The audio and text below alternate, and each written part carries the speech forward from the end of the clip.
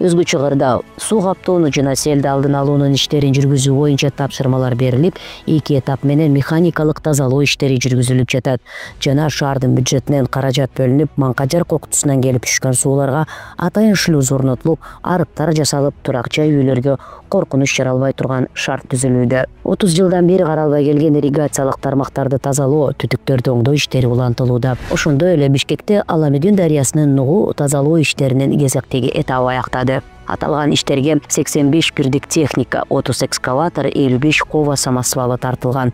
Ошону менен бирге Бишкек шаарынын өзгөчө кырдаалдар министрлигинин Бишкек шаардыгы боюнча башкармалыгы, шаардык муниципалдык инспекция жана турак жай коммуналдык чарба блогундагы мэриянын түзүмдүк бөлүмдөрү толугу менен катышты.